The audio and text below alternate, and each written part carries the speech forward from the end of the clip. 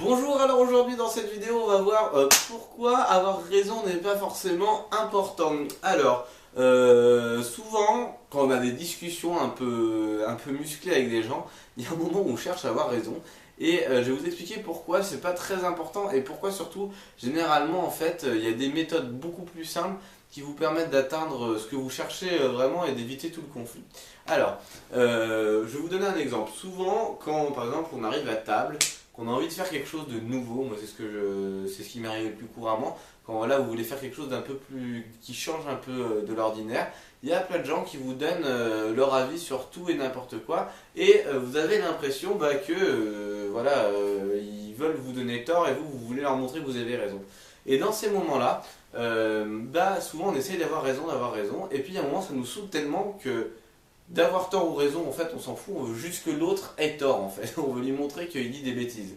Donc voilà. Et donc dans ces moments-là, ce qui se passe, c'est qu'on va s'épuiser. On va s'épuiser à essayer de montrer qu'on a raison ou que l'autre a tort. Et ça va vous bouffer énormément d'énergie. Et en plus, généralement, en fait, au final, ça finit par un combat d'ego, c'est-à-dire qu'il n'y a plus personne qui est de bonne foi et enfin voilà, c'est plus constructif du tout. Alors ce que je vous conseille de faire ici, c'est qu'on va partir des gens qui eux arrivent à convaincre ultra facilement.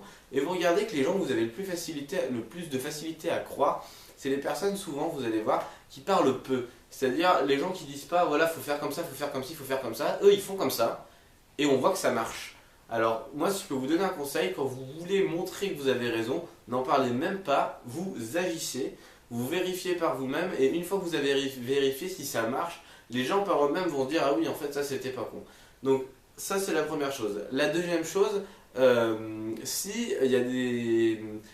Elle se relie un peu avec celle d'avant, mais si par exemple vous voulez montrer que vous êtes capable de faire ceci ou cela, ne vous embêtez pas à essayer de prouver à quelqu'un d'autre que vous êtes capable de faire ceci ou faire cela, faites-le. Si vous en êtes capable, vous y arrivez, sinon il faudra vous former ou quoi que ce soit, mais vous pouvez y arriver.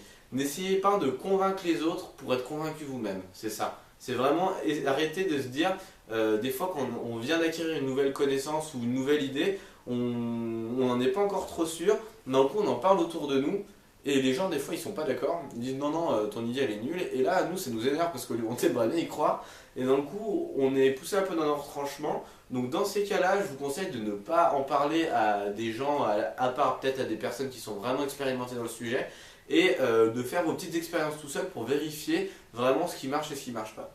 La deuxième chose, c'est que si vous avez la troisième chose, pardon, si vous avez besoin l'accord de quelqu'un pour arriver à un certain résultat. Par exemple, je pense si vous êtes en entreprise, enfin voilà, tous les mécanismes, vous n'êtes pas tout seul à décider.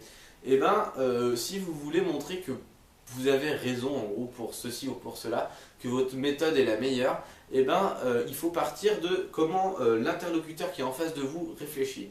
C'est-à-dire que si la personne en face pense que par l'efficacité, il faut traiter votre sujet avec la manière de l'efficacité. Par exemple, je sais pas moi, si vous pensez que c'est mieux pour je sais pas, votre entreprise de vendre des beignets aux fraises plutôt que des beignets au chocolat, va falloir montrer à la personne que voilà, c'est plus efficace de vendre des beignets aux fraises parce que je sais pas, vous avez des fraises dans votre jardin, je dis n'importe quoi, hein, et que ça vous coûtera moins cher que d'aller chercher du chocolat, et que en plus vous faites ça plus rapidement et que vous vendez ça plus cher. Enfin voilà, vous trouvez, mais il faut simplement adopter pour expliquer quelque chose à quelqu'un le même mode de pensée que la personne à qui vous vous adressez.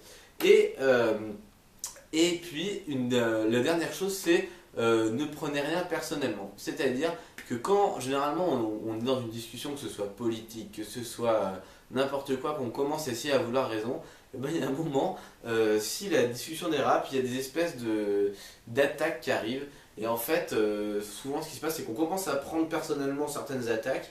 Et d'un coup, on n'est plus du tout dans le débat d'idées, mais on essaye simplement, c'est ce que je vous disais au début, de montrer à l'autre qu'en fait il a tort, et on veut simplement lui montrer qu'il a tort. On s'en fout totalement de l'idée pour finir. Donc ce que je vous conseille vraiment, c'est ça, c'est de premièrement éviter d'essayer d'avoir raison quand c'est des sujets futiles, quand ça sert à rien, quand c'est juste de la perte de temps. Si vous êtes convaincu d'un truc et que c'est pas primordial dans l'instant, Si quelqu'un d'autre est convaincu d'autre chose, bah écoutez, laissez-le, hein.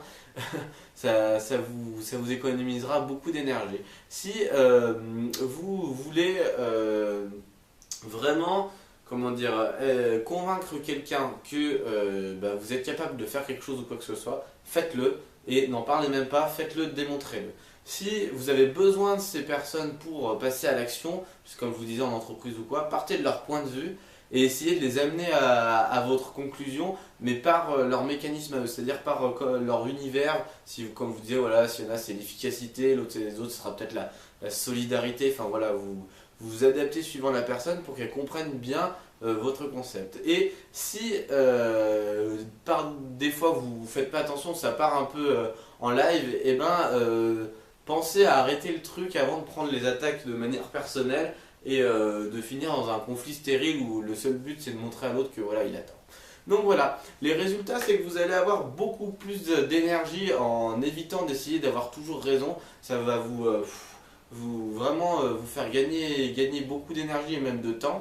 Et puis ça va vous permettre d'avancer aussi. Parce que si vous attendez d'avoir raison par exemple dans la situation où vous essayez de convaincre quelqu'un pour être convaincu vous-même de votre idée, et ben vous risquez des fois d'attendre longtemps. Donc je vous conseille vraiment de passer à l'action comme je dis toujours, et puis après bah, vous allez voir, vous allez gagner l'énergie, vous allez avancer, et vous n'aurez plus besoin, vous ne sentirez plus comment dire, ça sera plus important pour vous, voilà, d'avoir raison forcément.